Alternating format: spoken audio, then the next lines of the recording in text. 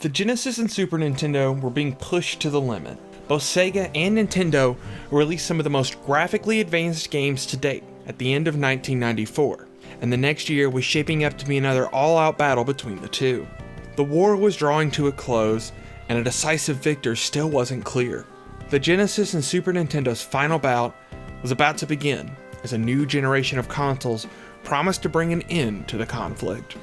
This is the story of the Great Console War, the fight between Sega and Nintendo in their quest to control the video game market. In this episode, we'll be looking at the final days of the fourth generation of gaming as new consoles from the likes of Sony made their way west to bring an end to the 16-bit era. In early 1995, the Super Nintendo and Sega Genesis were still as strong as ever, with major releases on the horizon. Nintendo published two major titles that year, Yoshi's Island in the spring and Donkey Kong Country 2 in the fall.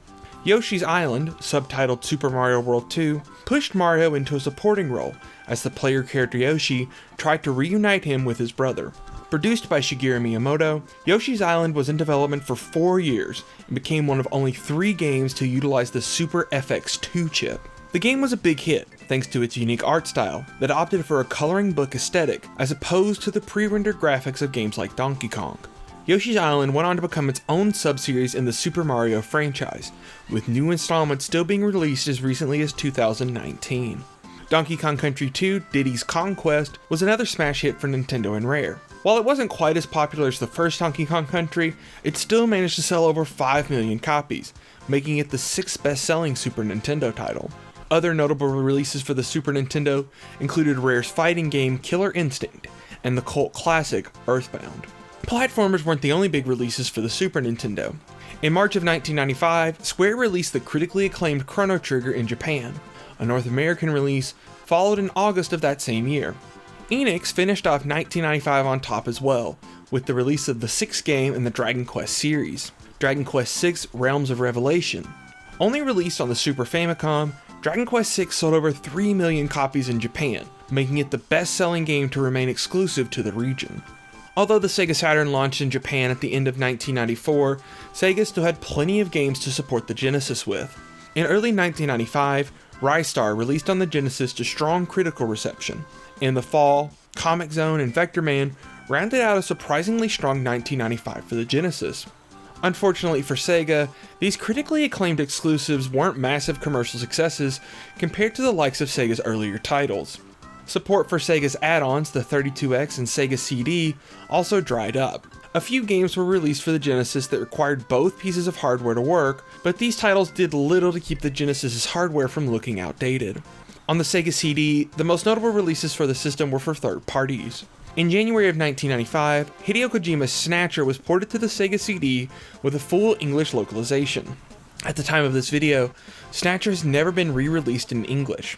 Coupled with poor sales of the Sega CD version of the game, Snatcher has become one of the most expensive Sega CD games in the modern retro gaming market. September saw the final major Sega CD release with Lunar Eternal Blue, the second game in the Lunar series. Sega's biggest release for the Genesis family of systems was Knuckles Chaotix, a Sega 32X game that was released in April of 1995. The title was a commercial flop, in part due to the 32X's low install base. It was also the final 2D platforming Sonic game released for the Genesis hardware line. Sonic wouldn't have another original platforming adventure until the release of Sonic Adventure in 1998. On the handheld front, the Game Boy remained the last system standing. The Atari Lynx and Turbo Express were discontinued in 1995 and 1994 respectively. Neither system was able to match the Game Boy's low price point and library of games. Sega's Game Gear was slightly more successful and managed to sell a total of 10 million units by early 1996, but it too was unable to slow down the Game Boy. By 1995, the release lineup of new Game Gear games had dried up, with the only major titles hitting the system being ports of Master System and Genesis titles. Even though it was the victor in the handheld side of the conflict, the Game Boy's release lineup was growing smaller every year. 1995 saw the release of Kirby's Dream Land 2, a full sequel to the Game Boy original. Produced by Shigeru Miyamoto and Satoru Iwata, Kirby's Dream Land was a big hit on the now 6-year-old system, selling over 2 million copies. 1995's most popular Game Boy title was Donkey Kong Land, a watered-down port of Donkey Kong Country developed by Rare. Donkey Kong Land was a big hit, selling almost 4 million copies worldwide and becoming the best-selling Donkey Kong game on the handheld. On the hardware side of releases, Sega pumped out one final piece of Genesis hardware. Released in October of 1995, the Sega Nomad was a North American exclusive handheld that played almost all of the Genesis's releases. The Nomad was a commercial flop, selling only around 1 million units, however. Sega's innovative streak didn't just stop with hardware. At the end of 1994, Sega launched Sega Channel, an online service for the Sega Genesis. Sega Channel worked through a cable connection and allowed gamers to play dozens of Genesis games for a monthly subscription costing around $13.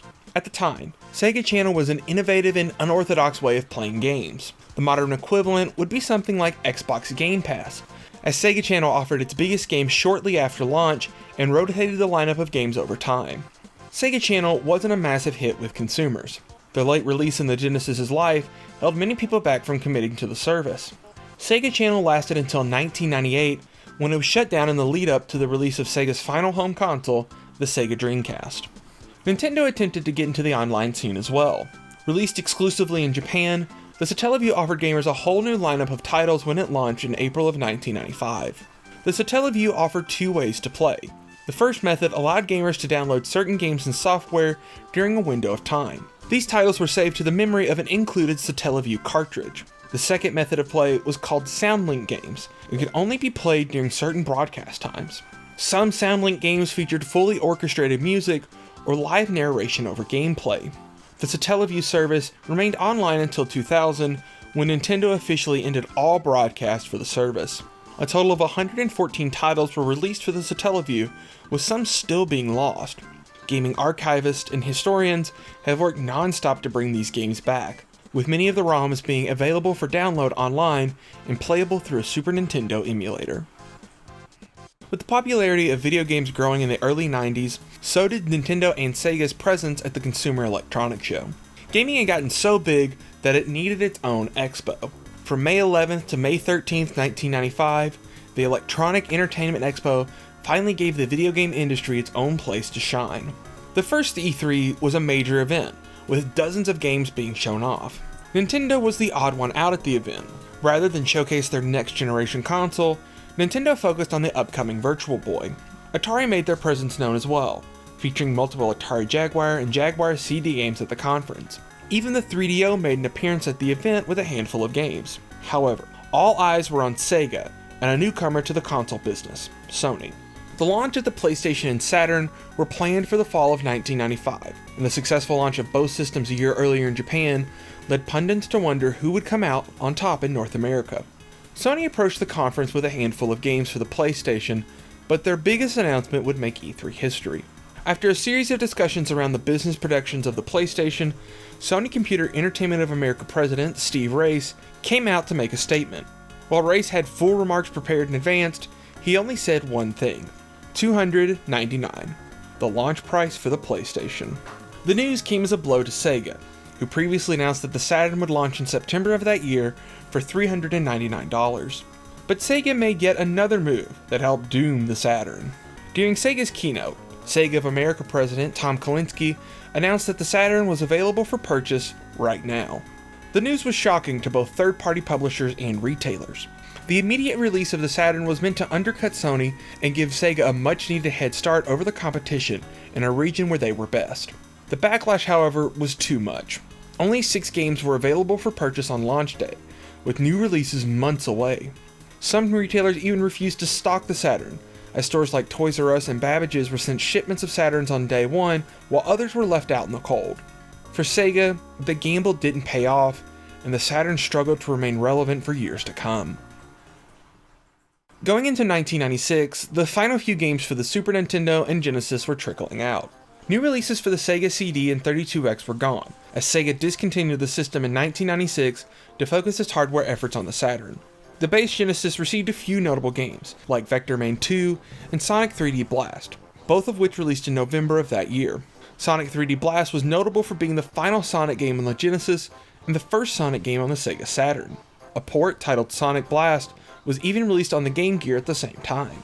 For Nintendo, much of their focus was on the worldwide release of the Nintendo 64, but a few big titles were eked out on the Super Nintendo in early 1996. Super Mario RPG, a collaboration between Square and Nintendo, came out in Japan and North America in early 1996 to critical acclaim. A European version was never released on the Super Nintendo. Kirby received his first platforming game on the Super Nintendo when Kirby Superstar hit the system that spring. Finally, Donkey Kong Country 3, Dixie Kong's Double Trouble, rounded out the year when it released in November. DKC 3 was a big hit, especially in the face of the recently released Nintendo 64, but sales were still below that of previous entries. The Game Boy seemed to be entering its twilight years in 1996. The 7-year-old handheld was already underpowered at the time of its release, but a handful of events called the Game Boy to get a second lease on life. The commercial failure of the Virtual Boy in 1995 led Nintendo to quickly pull the plug on the awkward handheld system. An updated model of the Game Boy called the Game Boy Pocket hit store shelves in 96, giving the system a much-needed smaller design. The biggest shot in the arm for the Game Boy, however, came from Japan. In February of 1996, Pocket Monsters Green and Red were released for the Game Boy. These titles weren't released worldwide for a few more years, but in Japan, they were a phenomenon, kicking off Pokemania. The end of the generation was coming. The PlayStation and Sega Saturn featured 32-bit graphics and CDs as opposed to cartridges. The days of the Genesis and Super Nintendo were done. And on June 23, 1996, it was over officially. In Japan, the Nintendo 64 launched, and with it, all major players in the console business were focused squarely on the 5th generation of home consoles. The war between the Genesis and Super Nintendo was finally over. Thanks for watching. This is the 7th part of a multi-part series covering the great console war between Sega and Nintendo. If you enjoyed the video, remember to leave a like and share this video on your favorite social media sites to help this channel grow. Subscribe to catch the next episode when it comes out next week. In the series finale, we'll see the final few games for the Genesis and Super Nintendo, and discuss the legacy of two of gaming's most notable consoles.